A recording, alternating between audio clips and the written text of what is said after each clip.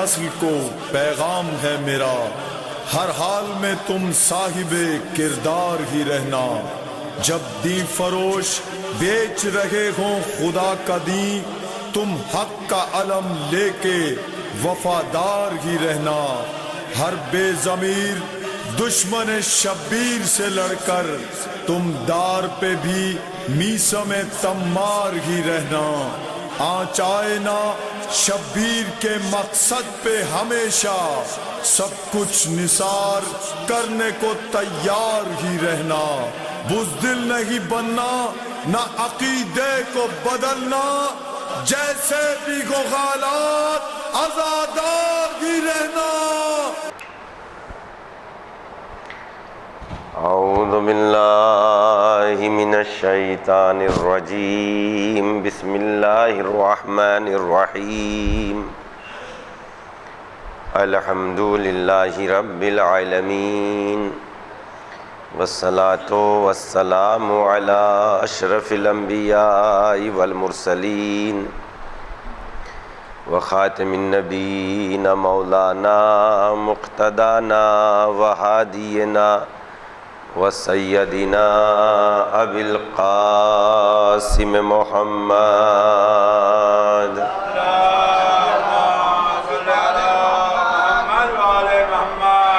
وعلی اہل بیتہ الطیبین الطاہرین المعصومین الغر المیامین الذین اذھب اللہ عنہم الرجس اہل البیت وطہرہم تطہیرا۔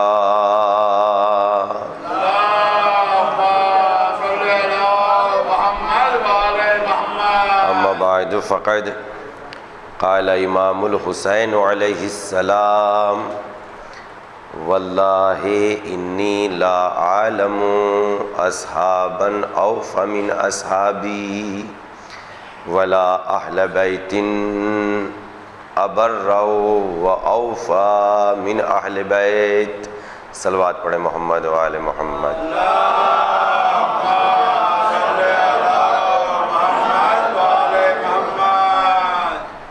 امام حسین علیہ السلام کی اس حدیث مبارکہ کے ذیل میں کہ آپ نے ارشاد فرمایا، اللہ نے جیسے اصحاب مجھے عطا کیے ہیں ویسے اصحاب کسی کو عطا نہیں کیے، اور جیسے اہل بیت نیک کردار اور وفادار میرے اہل بیت ہیں، ویسے کسی کے اہل بیت نیک کردار اور صاحبان وفا نہیں۔ امام حسین علیہ السلام نے یہاں اپنے اصحاب کی شان اور شان منزلت جو بیان کی ہے، وہاں اصحاب کا تذکرہ بعد میں کیا ہے، اور اپنے علم کا حوالہ امام حسین علیہ السلام نے پہلے دیا ہے۔ ظاہر ہے جب امام حسین علیہ السلام کے علم کا اندازہ ہوگا کہ امام حسین علیہ السلام کا علم کتنا ہے، تو تب اس جملے کی حقیقت اور اس کی معنویت کا اندازہ ہوگا کہ امام حسین علیہ السلام نے کتنی عظیم بات کہی ہے اس جملے میں۔ تو آج ضروری ہے کہ ہم جلدی پہلے امام حسین علیہ السلام کے علم کے بارے میں بات کریں، تاکہ ہمیں اندازہ ہو کہ علم امام حسین علیہ السلام کیا ہے، اور جب علم امام حسین کا اندازہ ہو جائے گا تو تب ہمیں اندازہ ہوگا کہ اس جملے کی قدر و قیمت کتنی عظمت و اہمیت کی حامل ہے، جو امام نے فرمایا، خدا کی قسم میرے علم میں میرے اصحاب سے بہتر کسی کے اصحاب نہیں ہیں۔ اللہ والوں کی جب داستان شروع ہوتی ہے، قرآن مجید جب انبیاء کی بات شروع کرتا ہے، تو صاحبان کمال کی جب بھی قرآن مجید نے بات کی ہے، تو اللہ اپنے بندوں کا تذکرہ کمال ذریعہ علم کے ذریعے کرتا ہے۔ یعنی اللہ کی نظر میں جو شرف ہے، جو بلندی ہے، جو عظمت ہے، وہ پروردگار عالم کی نگاہ میں پروردگار عالم نے شرف و عظمت و بلندی علم کو قرار دیا ہے۔ مثلا آئیے انبیاء علیہم السلام سے بات کو شروع کرتے ہیں، اس لیے کہ جب کسی بڑی شخصیت کو جاننا ہوتا ہے تو ضروری ہوتا ہے کہ تمام بڑی شخصیتوں کو جان لو تاکہ امام حسین علیہ السلام کی عظمت و اہمیت سمجھ میں آ جائے۔ امام حسین علیہ السلام کا علم کیا ہے؟ تو اللہ نے جو تذکرہ علم قرآن مجید میں کیا ہے اس کا جائزہ لے لیتے ہیں، اور اس کا جائزہ لینے کے بعد تب دیکھتے ہیں کہ علم امام حسین علیہ السلام کیا ہے۔ پروردگار عالم نے جہاں سے شرف و منزلت کی بات کی ہے وہاں جناب آدم علیہ السلام کا تذکرہ آتا ہے، اور پروردگار عالم نے جب انسان کو پیدا کیا تو انسان میں تفریق اور انسان میں ذریعہ کمال خداوند عالم نے علم کو ہی قرار دیا، اور ملائکہ اور آدم کے درمیان میں جو باتیں ہوئی وہ علم کے ہی ذریعے ملائکہ پر جناب آدم کو فوقیت حاصل ہوئی، اور علم کے ذریعے جناب آدم امتحان خداوندی میں کامیاب اور کامران ہو گئے۔ پروردگار عالم نے جناب آدم کو کیا دیا؟ قرآن مجید نے یہ بیان کر دیا، اور قرآن مجید نے یہ بھی بیان کر دیا کہ جناب آدم کو پروردگار عالم نے علم دیا ہے، کتنا دیا ہے یہ بھی بتایا ہے، اور کیا دیا ہے یہ بھی بتایا۔ قرآن مجید نے اعلان کیا علم آدم الاسماء کلہا، پروردگار عالم نے جناب آدم کو اسماء کا علم دیا ہے۔ اب نام 1000 بھی ہو سکتے ہیں، 1 کروڑ بھی ہو سکتے ہیں، 1 ارب بھی ہو سکتے ہیں، یا یہ کہیے کہ جتنے نام اس کائنات میں وجود میں آنے والے تھے اللہ نے ان سارے اسماء کا علم جناب آدم علیہ السلام کو دے دیا۔ اب کلہا کے لفظ میں جتنی وسعت ہو سکتی ہے آپ اتنے اعتبار سے جناب آدم کی علم کی منزلت کو پہچان سکتے ہیں، کیونکہ قرآن مجید نے صاف لفظوں میں کہا پروردگار آدم نے، اللہ پروردگار عالم نے آدم کو تمام اسماء کا علم دے دیا۔ یہ فین ہے آدم کے علم میں تھا، یہ مائک ہے آدم کے علم میں تھا، یہ ہمارے آپ کے نام ہیں جناب آدم کے علم میں تھا، ہر چیز کا نام جناب آدم علیہ السلام کے علم میں تھا۔ اس لیے کہ میں نہیں کہہ رہا ہوں، قرآن مجید نے لفظ استعمال کیا علم آدم الاسماء کلہا، پروردگار عالم نے جناب آدم کو تمام ناموں کا علم دے دیا۔ اب تمام کا لفظ جب قرآن نے استعمال کیا ہے تو اب یہ تو نہیں کہا جا سکتا کہ کچھ کا دیا ہے اور کچھ کا نہیں دیا، بلکہ تمام ناموں کا علم پروردگار عالم نے جناب آدم کو دیا۔ تو یہ اندازہ ہو گیا کہ خداوند عالم نے کیا دیا، اور اسی علم کے ذریعے پروردگار عالم نے ملائکہ پر جو کامیابی عطا کی ہے جناب آدم کو، وہ آدم کی اپنی ذہانت ہے۔ امتحان ذہانت کا امتحان تھا، علم اور کم کے زیادہ ہونے کا امتحان نہیں تھا، اس لیے کہ آپ بھی اس علم میں کامیاب ہو سکتے ہیں اگر انسان غور و فکر کا عادی ہو جائے۔ مثلا مثال کے طور پر آپ کی اور میری سفر میں ملاقات ہو جائے، اور جب سفر میں ملاقات ہو تو آپ سے میں معلوم کروں اللہ نے آپ کو کتنے بچے عطا کیا ہے، آپ کہیں کہ اللہ نے مجھے 2 بچے عطا کیا ہے، ایک کا نام عالم ہے اور ایک کا نام فاضل ہے۔ اتفاق سے ہم آپ کے گھر بھی آ گئے، آپ نے دونوں بچوں کو لا کے کھڑا کر دیا، مولوی صاحب آپ سے ملاقات بھی ہوئی تھی، ہم نے اپنے بچوں کا نام بھی بتا دیا تھا، اب یہ بتائیے ان میں سے عالم کون ہے، ان میں سے فاضل کون ہے؟ تو میں نہیں بتا سکوں گا، یہ میرے علم کی کمزوری نہیں ہے، یہ آپ کے نام رکھنے کی کمزوری ہے، اس لیے آپ نے اس کو عالم کہہ دیا جو بالکل جاہل تھا، آپ نے اس کو فاضل کہہ دیا جس کے فضل و کمال میں کوئی تذکرہ نہیں تھا۔ لیکن جناب آدم پروردگار عالم نے جب ان ناموں کو سامنے کیا جن میں آدم کا امتحان تھا، یہاں پروردگار عالم اس انداز سے نام نہیں رکھتا جس انداز سے ہم نام رکھتے ہیں کہ اس کو عالم کہہ دیتے ہیں جو علم سے تعلق نہیں رکھتا۔ یہاں تو خداوند عالم محمد اسی کو کہے گا جو محمد ہوگا، علی اسی کو کہے گا جو علی ہوگا، حسن اسی کو کہے گا جو حسن ہوگا، حسین اسی کو کہے گا جو حسین ہوگا، فاطمہ اسی کا نام رکھے گا جو فاطمہ ہوگی۔ جناب آدم کے سامنے نام آئے تو جناب آدم نے سوچنا شروع کیا محمد ان کے نام پہ جچتا ہے، یقیناً اللہ نے جن کا نام محمد رکھا تھا ان کو محمد بنایا بھی تھا۔ تو آدم فوراً نام کو دیکھتے گئے اور ذات کو دیکھتے گئے، منطبق کرتے گئے، یہ محمد ہوں گے، یہ علی ہوں گے، یہ حسن ہوں گے، یہ حسین ہوں گے، یہ فاطمہ ہوں گی، اور ان ناموں کو پروردگار عالم عالم نے جو ذات بنائی تھی اس پہ چسپا کرتے چلے گئے، لہذا پتا چلا جناب آدم کو پروردگار عالم نے تمام اسماء کا علم پروردگار عالم نے عطا کر دیا۔ قرآن مجید کی روشنی میں آدم کے علم کا اندازہ ہو گیا کہ اللہ نے آدم کو کیا دیا، اللہ نے آدم کو کتنا دیا۔ اب یہ نہ کہیے کہ بہت علم تھا، قرآن مجید نے خود بتا دیا اتنا دیا ہے اور یہ دیا ہے۔ بات واضح ہوئی کہ نہیں ہوئی؟ اتنا دیا ہے اور یہ دیا ہے، اسماء کا علم دیا ہے اور تمام اسماء کا علم دے دیا۔ اب وہ عرب بھی ہو سکتے ہیں، 1000 عرب بھی ہو سکتے ہیں، 10,000 عرب بھی ہو سکتے ہیں، وہ آپ کے اوپر ہے، جتنا سوچ لیجئے، مگر قرآن مجید نے تو معین کر دیا اتنا دیا ہے اور یہ دیا ہے۔ ٹھیک، اس کے بعد قرآن مجید جناب نوح کے علم کی داستان کو بیان کرتا ہے، اور جناب نوح کے علم کی داستان کو بیان کرتے ہوئے جب طوفان نوح اپنے عروج پہ آتا ہے تو جناب نوح پروردگار عالم کی بارگاہ میں کہتے ہیں، اے میرے پروردگار، میں میرے اہل سے ہے اور یہ تیرا وعدہ ہے کہ تو میرے اہل سے بچائے گا اور میرے اہل کو غرق نہیں کرے گا۔ ادھر سے ندائے پروردگار آئی، انہو لیسا من اہلک، یہ تمہارے اہل سے نہیں ہے، انہو عمل غیر صالح، ہم اس بات کا انکار نہیں کر رہے، صلب سے ہونا الگ بات ہے، اہلیت کا مالک ہونا الگ بات ہے، ہم نے صلب کا انکار نہیں کیا، صلب سے تو یہ آپ کے ہی ہے، مگر انہو عمل غیر صالح، اس کے اعمال تمہارے اعمال سے نہیں ملتے، اس کی فکر تمہاری فکر سے نہیں ملتی، اس کی سوچ تمہاری سوچ سے نہیں ملتی۔ گویا معلوم ہوا جسم سے جمع ہو جانا کمال نہیں ہے، فکر سے جمع ہو جانا کربلا والوں کے ساتھ کمال ہے۔ ایک صلوات پڑھ دیں محمد و آل محمد۔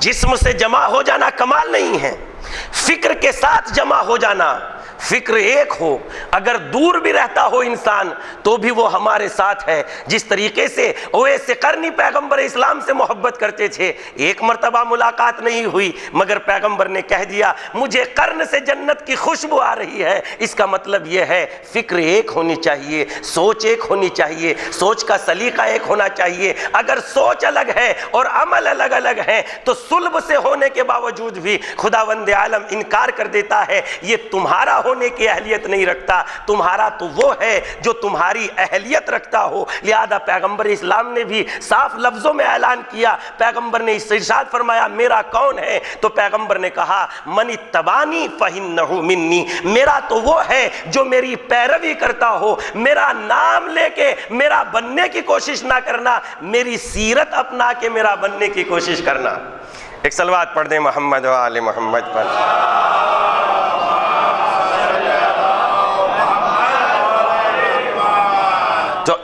انہو من اتبعنی فإنہ منی، میرا وہ ہے جو میری اتباع کرتا ہو۔ اس کے بعد جناب نوح کے علم کی داستان بیان کرتے ہوئے انہو لیسا عمل غیر صالح، ان کے اعمال تمہارے اعمال کے جیسے نہیں ہیں۔ اس کے بعد پروردگار عالم نے ایک دھمکی دی جناب نوح کو، اور جناب نوح سے کہنے لگا خداوند عالم انی اعیذک ان تکون من الجاہلین، اے نوح جو اللہ کی نگاہ میں اہل نہیں ہے آپ اس کو اہل کہہ رہے ہو، ڈر ہے، خطرہ ہے کہ کہیں تم جاہلین میں سے نہ ہو جاؤ۔ یعنی پروردگار عالم نے نوح کو کیا دیا ہے؟ یہ اس کو اہل بتا رہے ہیں جو نااہل ہے۔ کیا دیا ہے وہ بھی بتا دیا، اور کتنا دیا ہے یہ بھی بتا دیا۔ اب بات آتی ہے جناب داؤد کی۔ جناب داؤد صاحب کتاب نبی ہیں، ان کا بھی تذکرہ پروردگار عالم نے کیا، اعلان کیا، کتنا دیا یہ بھی بتایا اور کیا دیا یہ بھی بتایا۔ اعلان ہوتا ہے علمنا سنتا لکم لبوس لکم، پروردگار عالم نے جناب نوح علیہ السلام نے جناب داؤد علیہ السلام کو زرہ کے بنانے کا علم دیا ہے۔ جب لوہا ان کے ہاتھ میں آتا ہے تو وہ لوہا موم ہو جاتا ہے اور جناب داؤد علیہ السلام زرہ بنا لیتے ہیں۔ اللہ نے کیا دیا یہ بھی بتا دیا کتنا دیا یہ بھی بتا دیا۔ اب مجھ سے بحث نہیں کیجئے گا، یہ قرآن مجید کی داستان ہے جو میں آپ کی خدمت میں پیش کرتا ہوں۔ اس کے بعد بات آتی ہے جناب سلیمان نبی خدا کی۔ جناب سلیمان نبی خدا کے علم کا تذکرہ جب قرآن مجید کرتا ہے تو قرآن کہتا ہے علمنا منطق الطیر، پروردگار عالم نے ہمیں پرندوں کی بولیاں سمجھنے کا علم عطا کیا ہے۔ یعنی یہ بھی بتا دیا دیا کیا ہے، یہ بھی بتا دیا دیا کتنا ہے۔ اور ایک خبر تو اس سے بھی عظیم ہے جو جناب ہدہد کو جناب سلیمان نے جب دیکھا کہ ہدہد نہیں ہے تو ایک مرتبہ یہ معلوم کرنے لگے یہ ہدہد کہاں چلا گیا، اگر کوئی خاص خبر نہ لے کے آیا تو میں اس کو قتل کر دوں گا۔ اس کی جسارت کیسے ہوئی کہ نبی سے معلوم کیے بغیر اور یہ نبی کے حکم کی سرتابی کرنے کی اس میں جسارت اور قوت کیسے پیدا ہوئی، لہذا اس کی کیا خبر ہے یہ خبر لانے پہ پتہ چلے گا۔ ہدہد آ گیا، اور جب ہدہد آ گیا تو جناب ہدہد نے بھی جناب سلیمان سے ایک دعویٰ کیا، اور دعوے میں کہنے لگا ہدہد اے نبی خدا، اللہ نے تمہیں بھی کچھ علم دیا ہے اور مجھے بھی کچھ علم دیا ہے، لیکن ایک خبر میرے پاس ایسی ہے جو ہے جناب سلیمان آپ کو اس خبر کا معلوم نہیں ہے، اس کا علم آپ کو نہیں ہے، اللہ نے اس کا علم مجھے دیا ہے۔ وہ خبر کیا ہے وہ آپ کو معلوم ہے۔ ہدہد نے جناب سلیمان کو خبر دی، جناب سلیمان نے معلوم کیا کہ اس تخت بلقیس کو اٹھا لانے والا کون ہے، تو قرآن مجید کہتا ہے جناب سلیمان کے دربار میں ایک ایسا بھی شخص تھا جس کے لیے قرآن مجید نے کہا قال الذی عنده علم من الکتاب، جس کے پاس کتاب کا تھوڑا سا علم تھا، وہ بول اٹھا کہ میں چشم زدن میں یہاں تک کہ تمہاری آنکھ کا پلک نہ جھپکے گا اور میں تخت بلقیس کو اٹھا لاؤں گا۔ یعنی قرآن کا علم، کتاب کا علم، آصف برقیہ کو علم من الکتاب کا لفظ استعمال کیا، یعنی بات واضح ہو گئی۔ جناب نوح جناب آدم کو اسماء کا علم دیا، محدود علم دیا، کیا دیا یہ بھی بتایا، کتنا دیا یہ بھی بتایا۔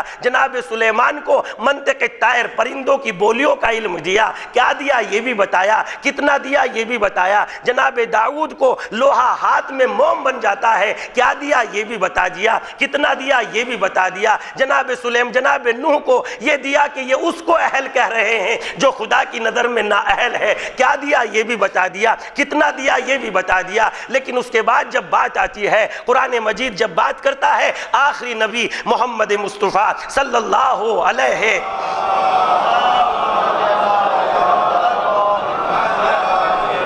وآلہ وسلم کے علم کے بارے میں، تو قرآن مجید یہ نہیں کہتا ہم نے اپنے حبیب کو اتنا علم دیا، کتنا دیا یہ نہیں بتاتا، کیا دے دیا یہ نہیں بتایا، بلکہ پہلے اعلان کیا اے بندگان خدا اگر میرے حبیب کے علم کو جاننا چاہتے ہو تو پہلے میرے علم کا جائزہ لو، اور میں وہ ذات ہوں من عنده مفاتح الغیب، جس کے پاس غیب کے خزانے ہیں، جو اس کو بھی جانتا ہے، یعلم فی البر والبحر، جو خشکی میں کیا ہے اس کو بھی جانتا ہے، جو تری میں کیا ہے اس کو بھی جانتا ہے، ولا حبت فی الظلمات، اور جو تاریکیوں میں زمین کے اندھیرے میں جو دانہ حرکت کر رہا ہے پروردگار عالم اس کو بھی جانتا ہے۔ اور اس کے بعد کہتا ہے قرآن مجید میں پروردگار عالم نے تمام علم رکھ دیا ہے، لا رطب ولا یابس الا فی کتاب مبین، کوئی خشک و تر ایسا نہیں ہے جو ہم نے کتاب خدا میں نہ رکھ دیا۔ یعنی پتہ چلا خداوند عالم نے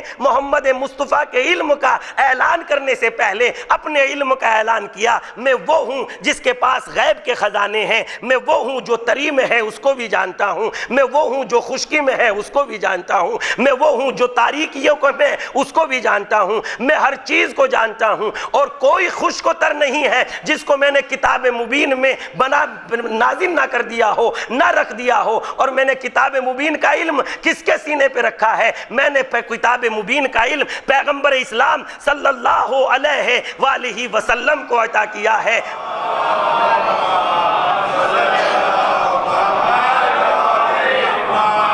میں نے کتاب کا علم کس کو دیا ہے؟ اپنے حبیب کو کتاب کا علم دیا ہے، لا رطب ولا یابس الا فی کتاب مبین، کوئی خشک و تر ایسا نہیں ہے جو میں نے کتاب مبین میں نہیں ہے۔ یعنی خداوند عالم کا سارا علم قرآن مجید میں ہے، اور قرآن مجید کو پروردگار عالم نے سینہ پیغمبر میں رکھ دیا ہے۔ اور پیغمبر کے علم کا جب اعلان کیا تو یہ نہیں کیا ہم نے پیغمبر اسلام کو عالم کتاب بنایا ہے، بلکہ یہ کہا ہم نے پیغمبر اسلام کو عالم کتاب نہیں بنایا. عالم کتاب اور ہوتا ہے، بلکہ اللہ نے اپنے حبیب کے علم کا تذکرہ کرتے ہوئے کہا یعلمہ الکتاب. ہم نے پیغمبر کو عالم کتاب نہیں بنایا، ہم نے تو اپنے نبی کو معلم کتاب بنایا ہے.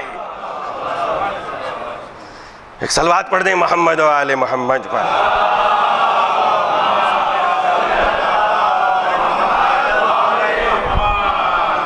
جو آپ حضرات کا ٹائم ہے اس پہ انشاءاللہ مجلسیں شروع ہو جائیں گی. آپ ٹائم سے آ جائیں گے تو آپ کا فائدہ، نہیں کوئی آئیں گے تو ہم ممبر پہ آ جائیں گے. ہاں ایک صلوات پڑھ دیجئے محمد و آل.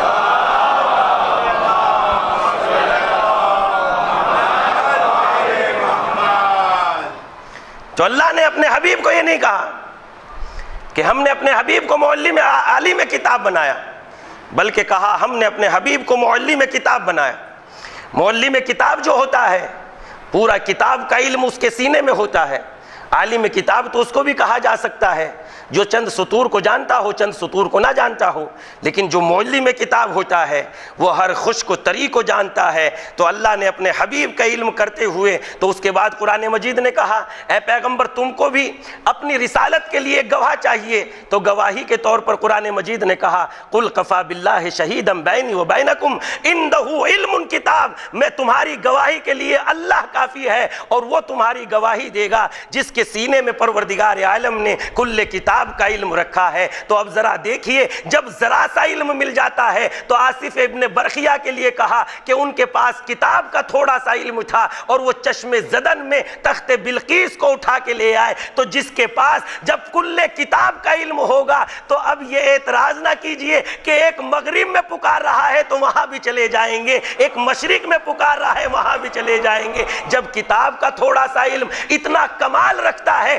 کہ پلک کا جھپک نہیں جھپکا اور تخت بلقیس آ گیا، تو جس کے سینے میں کل کتاب کا علم رکھا مشرق میں پکارو گے تو پہنچ جائے گا، مغرب میں پکارو گے تو پہنچ جائے گا، آسمانوں میں پکارو گے تو پہنچ جائے گا، جبریل کو ضرورت مدد ہوگی تو پہنچ جائے گا، نوح کو کشتی میں نجات کا ذریعہ بن جائے گا، کہیں بھی ضرورت بنے گی تو وہ پہنچ جائے گا. اس لیے کہ پروردگار عالم نے اس کے سینے میں کل کتاب کا علم رکھ دیا. اور جب کل کتاب کا علم رکھ دیا تو اب یہ سوال نہ کرنا، یہ ہر جگہ موجود ہے، اس لیے کہ پروردگار عالم نے ان کو کل کتاب کا علم دیا ہے. اور علم کی شان ہی یہ ہے کہ علم انسان کو نجات عطا کرتا ہے، علم تاریکیوں میں نورانیت پیدا کرتا ہے، علم ہی وہ ہے جو انسان کو جہالت سے نکالتا ہے، علم ہی تو انسان کو انسان بناتا ہے، ورنہ جہالت تو انسان کو حیوان بناتی ہے.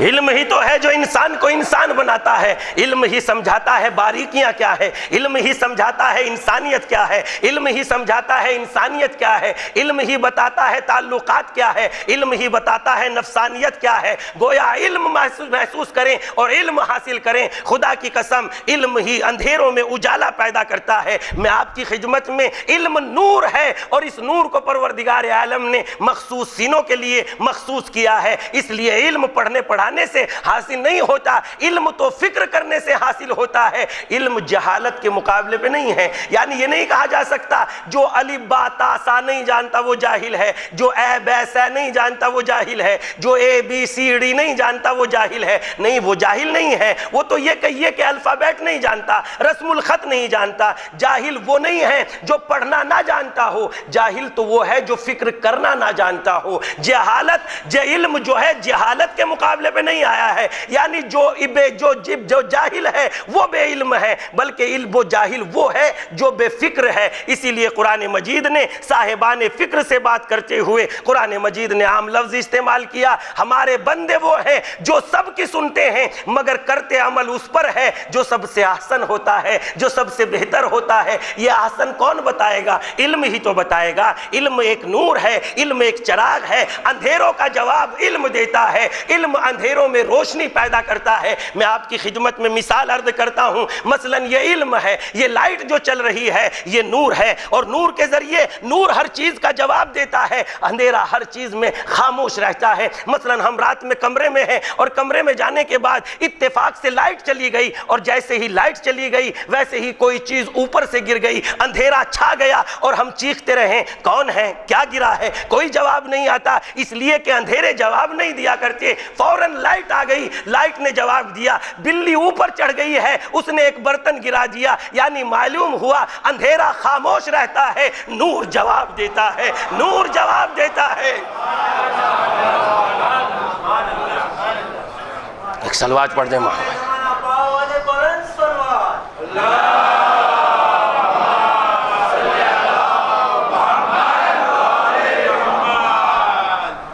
اندھیرا خاموش رہتا ہے، اندھیرے سے اسی لیے ڈر لگتا ہے کہ وہ کوئی جواب نہیں دیتا، نور سے اسی لیے محبت ہوتی ہے کہ اس کے پاس ہر چیز کا جواب ہوتا ہے۔ لہذا علم نور ہے، اندھیروں سے نفرت کرو، جہالت کو دور بھگاؤ، علم سے محبت کرو، اس لیے کہ علم جواب دیتا ہے۔ جب علم حاصل ہو جائے گا تو ہر شک و شبہات کا جواب مل جائے گا۔ قرآن مجید میں غور کرو گے تو غور و فکر سے جوابات مل جائیں گے۔ اب معلوم ہوا علم امام حسین کو جاننا چاہتے ہیں تو امام حسین نے ایک فقرہ استعمال کیا۔ تمام انبیاء کی تاریخ پڑھنے کے بعد آدم کو کیا دیا، اتنا دیا، نوح کو کیا دیا، اتنا دیا، جناب داؤد کو کیا دیا، اتنا دیا، جناب سلیمان کو کیا دیا، اتنا دیا، محمد مصطفیٰ کو کل قرآن کا علم دیا، میرے بابا کے سینے میں کل کتاب کا علم رکھ دیا۔ اس کے بعد امام نے ایک جملہ ارشاد فرمایا، نحنو عندنا علم الکتاب، خدا کی قسم ہم وہ ہیں جن کے سینے میں اللہ نے علم کتاب رکھ دیا۔ یعنی اس بات سے پتا چلا حسین خشک کو بھی جانتے ہیں، حسین تر کو بھی جانتے ہیں، حسین جو ظلمات میں ہے اس کو بھی جانتے ہیں۔ تمام علم پروردگار عالم نے امام حسین کے سینے میں رکھ دیا۔ امام حسین و حسن بازو میں بیٹھے ہوئے ہیں، ایک طرف امام حسن ہے، ایک طرف امام حسین بیٹھے ہوئے ہیں۔ امام علی خطبہ دے رہے ہیں۔ امام علی نے چاہا لوگوں کو بتا دیں میرے بچوں کے سینوں میں اللہ نے کتنا علم رکھا ہے۔ امام حسن سے معلوم کیا بیٹا اس مہینے کی کتنی تاریخ گزر گئی؟ امام حسن نے کہا بابا جان 15 تاریخ گزر گئی۔ امام حسین سے معلوم کیا بیٹا اس مہینے میں کتنے دن باقی رہ گئے؟ امام حسین نے کہا بابا اتنے دن باقی رہ گئے، 1400 سال پہلی بات کر رہا ہوں، آج کی بات نہیں کر رہا ہوں۔ آج کیلنڈر بن گئے ہیں، آج ڈیٹ معین ہو گئی ہے، آج تاریخ معین ہو گئی، مگر اس زمانے میں اگر چاند نکلے گا تب پتا چلے گا یہ مہینہ 30 کا ہے کہ یہ مہینہ 29 کا ہے۔ لیکن امام حسین نے خبر دے دی بابا اس مہینے میں اتنے دن ہوں گے۔ اب چاند جو نمودار ہوا اتنے ہی دن کا مہینہ ہوا جتنے دن کی خبر امام حسین نے اس امت کو دے دی تھی۔ اس سے اندازہ ہوا امام کے ایک علم کے بارے میں امت 1400 سال گھٹنے رگڑ کر علم حاصل کرتی ہے، تب امام کے ایک جملے تک پہنچتی ہے۔ ایک صلوات پڑھ دیں محمد والے۔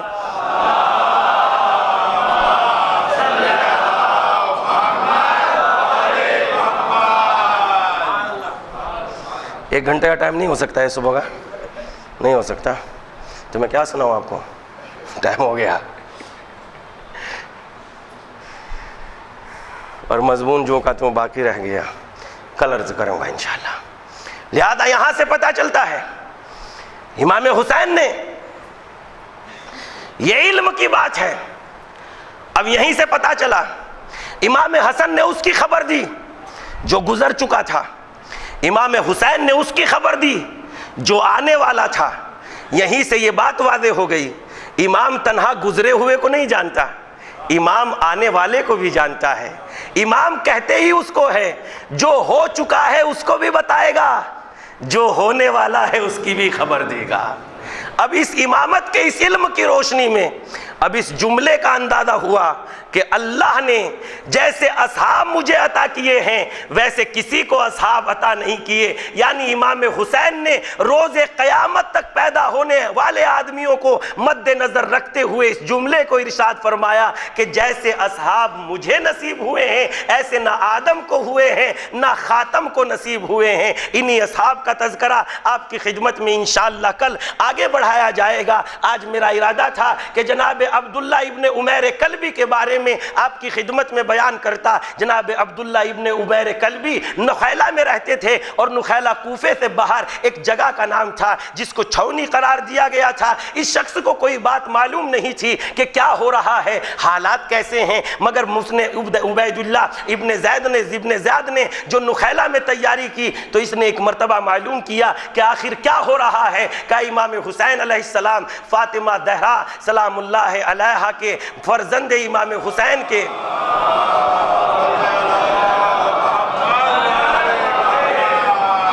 قتل کی تیاریاں ہو رہی ہے، تو ایک مرتبہ اس نے اپنے دل میں کہا خدا کی قسم میں رسول اللہ کے ساتھ جہاد کرنے کا بڑا متمنی تھا، اور میرے دل میں تمنا تھی، یعنی اس جوان کو ایسے جذبات پیدا ہوئے، اے کاش کہ میں بھی رسول اللہ کے زمانے میں ہوتا اور ان کے ساتھ جہاد کرتا، ان کے ساتھ تلوار چلاتا۔ تو یہ اپنے دل میں کہنے لگا میرے دل میں تو یہ دیرینہ تمنا تھی کہ میں رسول اللہ کے ساتھ جہاد کرتا، مگر کیا اس سے بڑھ کر نہیں ہے کہ میں رسول اللہ کے نواسے کے ساتھ مل کے جہاد کروں۔ مجھے پروردگار عالم وہی اجر و ثواب عطا کرے گا جو پروردگار عالم یعنی پیغمبر اسلام کے ساتھ مل کے جہاد کرنے میں عطا کرتا۔ اس نے اپنی بیوی سے بتایا یہ سارا ماجرا، اور بیوی بھی نیک سیرت، نیک کردار اور جذبہ ایمان سے سرشار تھی۔ بیوی نے ایک مرتبہ کہا اس سے بڑھ کے اور سعادت کیا ہو سکتی ہے کہ تم امام حسین کے قدموں پر اپنی جان کو قربان کر دو، اور کیا عبید اللہ ابن وہب یہ اپنے آپ میں بہترین موقع ہے سعادتوں کا، فضیلتوں کا۔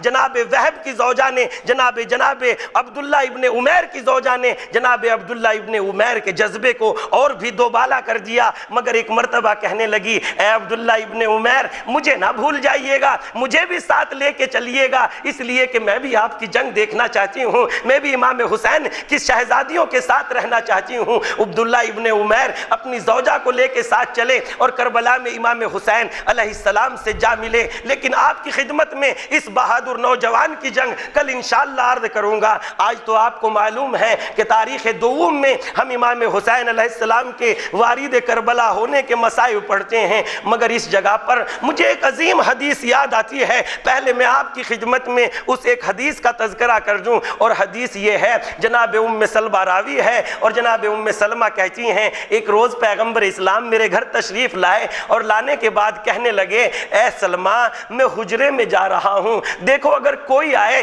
تو میں کسی سے ملاقات کرنا نہیں چاہتا، آج کسی کو بھی میرے پاس نہ آنے دینا۔ دروازہ بند کر لیا اور رسول اللہ اندر حجرے میں چلے گئے۔ اتنی دیر میں تھوڑی دیر گزری تھی کہ رسول اللہ کا چھوٹا نواسا حسین ابن علی آ گئے، اور آنے کے بعد چاروں طرف گھوم کے دیکھا، جب کہیں نانا نظر نہ آئے تو معلوم کیا ہے نانی جان ہمارے نانا کہاں ہیں؟ میں نے کہا اے فرزند نیک اختر جنا تمہارے نانا جان اس حجرے میں موجود ہیں، مگر تمہارے نانا جان نے منع کیا ہے کہ کسی کو حجرے میں آنے نہیں دینا۔ ایک مرتبہ حسین نے کہا اے نانی جان کیا حسین کو بھی نانا نے منع کیا ہے؟ کیا حسین سے بھی روکا ہے؟ یہ آواز پیغمبر نے سن لی اور حجرے سے آواز آئی ام سلمہ حسین کو آنے سے نہ روکو۔ لو حسین اندر حجرے میں چلے گئے، میں نے تھوڑی دیر میں دیکھا رسول اللہ کے رونے کی آواز آ رہی ہے۔ میں نے پیغمبر اسلام سے پوچھا یا رسول اللہ وحی نازل ہو چکی ہے، دروازہ کھول دوں کیا میں اندر آ جاؤں؟ رسول اللہ نے فرمایا ہاں ام سلمہ اندر آ جاؤ، وحی نازل ہو چکی ہے۔ میں نے دیکھا رسول اللہ نے اپنے نواسے کو گلے سے لگا رکھا ہے اور رسول اللہ زارو قطار رو رہے ہیں۔ میں نے معلوم کیا یا رسول اللہ رونے کا کیا سبب ہے؟ تو پیغمبر اسلام نے فرمایا اے ام سلمہ جبریل آئے تھے اور مجھ سے یہ کہہ رہے تھے یا رسول اللہ تم اپنے اس نواسے سے بہت پیار کرتے ہو۔ میں نے کہا ہاں بہت پیار کرتا ہوں۔ کہا یا رسول اللہ یہ آپ کا نواسا کربلا کے میدان میں 3 دن کا بھوکا پیاسا شہید کر دیا جائے گا، اس کی عورتوں کو رسن بستہ بنایا جائے گا، زینب ام کلثوم کے بازوؤں میں رسن باندھی جائے گی، اس لیے میں گریہ کر رہا ہوں۔ لو اجرکم اللہ۔ وہ وقت آ گیا 2 محرم کو حسین وارد کربلا کربلا ہو گئے. کسی سے معلوم کیا اس زمین کو کیا کہتے ہیں؟ بتانے والے نے بتایا شط فرات کہتے ہیں, اس کو نینوا بھی کہتے ہیں. ایک نے عرض کیا مولا اس کو کربلا بھی کہتے ہیں. جیسے کربلا کا نام سنا ویسے اپنے اصحاب سے کہا یہیں اپنے سامان اتار دو. اور ایک مرتبہ مولا نے کہا یہی وہ جگہ ہے جہاں میرے بچے ذبح کیے جائیں گے. لعنت اللہ علی قوم الظالمین وسیعلم الذین ظلموا ای منقلب ینقلبون. پروردگارا تجھے واسطہ محمد و آل محمد کا ہماری اس مختصر سی عبادت کو قبول فرما. پروردگارا تجھے واسطہ محمد و آل محمد کا پریشان حالوں کی پریشانیوں کو دور فرما. پروردگارا تجھے واسطہ محمد و آل محمد کا بے روزگاروں کو روزگار عطا فرما. پروردگارا ہمارے اس محرم کے عشرے کو قبول فرما. پروردگارا ہمیں ایسا شیعان اہل بیت علیہ السلام قرار دے جیسا تیری مشیت میں شیعان اہل بیت علیہ السلام کو ہونا چاہیے. پروردگارا شیعوں کی عزت, جان کی, مال کی عزت کی, آبرو کی حفاظت فرما. پروردگارا پرچم اسلام کو سر بلند فرما. پروردگارا پرچم کفر و نفاق کو سر نگو فرما. پروردگارا شیعان اہل بیت پر ظلم کرنے والوں کو نیست و نابود فرما. پروردگارا شیعان اہل بیت کی حفاظت فرما. پروردگارا اپنی آخری حجت کے ظہور میں تعجیل فرما اور ہمیں ان کے آوان و انصار میں شمار فرما. ربنا تقبل منا انک انت السمیع العلیم.